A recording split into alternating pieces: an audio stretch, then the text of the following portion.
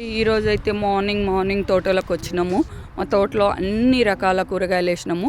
ఇక మాకు ఇష్టమైన పచ్చడి అంటే ఆవకాయ తర్వాత బుడమకాయ పచ్చడి అనమాట. మేము మా తోటలో బుడమకాయ కూడా వేసినాము. ఇక మా బ్రదర్ తెంపుతా పోతుండు. మా బ్రదర్కి అయితే బుడమకాయ పచ్చడి చాలా ఇష్టం అనమాట. మా అమ్మ చాలా చాలా అద్భుతంగా చేస్తుంది. అసలు అందులో ఇంత నెయ్యి వేసుకొని వేడి అన్నంలో తినాలే కానీ ఇంకా అసలు చెప్పలేము. అసలు ఏ కూరగాయలు కూడా పనికిరావు, అంత టేస్ట్ ఉంటుంది. సో ఇక మా బుడ్డి చెల్లి తెంపేసింది. మాకైతే పచ్చడి పూర్తి అవుతుంది. మంచిగా టేస్టీగా పెట్టించుకోవాలి. ఇక బీరకాయలు కూడా తెంపినాము. సో ఇంకా ఇక్కడ నుండి అక్కడ దాకా జాలి ఖాళీ ఉంది, ఇంకా వేయాలి. ఇక నాకు ఇష్టమైన ఫేవరెట్ అంటే కాకరకాయ అనమాట. కాకరకాయ పచ్చడి, కాకరకాయ చట్నీ అండ్ కాకరకాయ పులుసు, కాకరకాయ కర్రీ అన్నీ అనమాట. అడ్వర్టైజింగ్లో ఇచ్చినట్టు నాకు కాకరకాయ అంటే మామూలు పిచ్చి కాదు. అందరికి ఒక పిచ్చి అయితే నాకు ఒక పిచ్చి అనమాట. అట్లుంటుంది.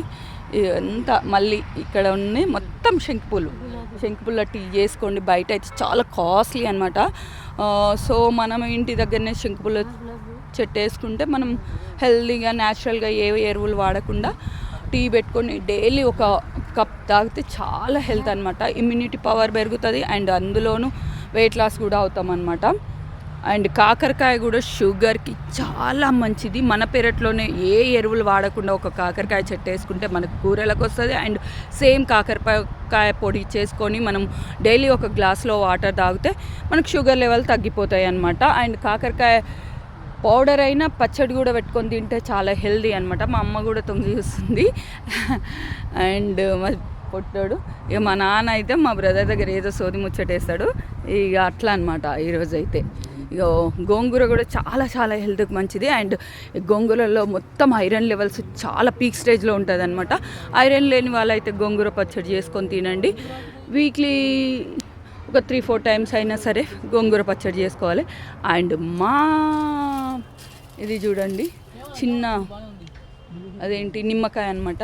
యాక్చువల్ అయితే మాకు దూద్ నిమ్మకాయ అవసరము, బట్ దూద్ నిమ్మకాయ చెట్టు దొరకట్లేదు.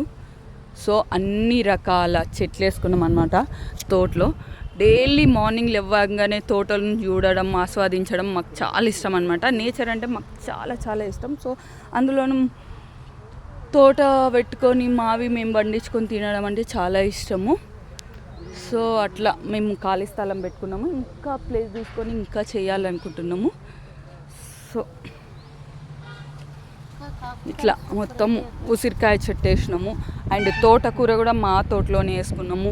అండ్ వాటర్ యాపిల్ కూడా వేసుకున్నాము. అండ్ గులాబీ చూడండి, చిట్టి గులాబీ ఎంత బాగుంది. ఇంకా చాలా రకాలు చాలా చాలా అన్ని రకాల ఫ్రూట్స్ వేసినాం, అన్ని రకాల కూరగాయలు వేసినాం. బట్ దానికి కూడా కొంచెం ఎరువు కూడా వాడట్లేదు. ఎందుకంటే ఎరువులు తిని బోర్ వచ్చి అసలు టేస్ట్ లెస్ ఉంటాయి అండ్ అన్హెల్దీ కాబట్టి మేము ఏ ఎరువులు వాడట్లేదు. ఓన్లీ ఏంటంటే వాటర్ మాత్రం ఫుల్గా పట్టేస్తాము. ఇంకా ఇవే మస్తు కాస్తున్నాయి, బీరకాయలు మస్తు కాస్తున్నాయి అండ్ కాకరకాయలు అన్నీ. సో మీరు కూడా మీ తోటలో మంచి కూరగాయలు పెట్టండి. మీ తోటలో లేకపోతే ఒక పని చేయండి, మీ పెరటి తోట పెట్టుకోండి.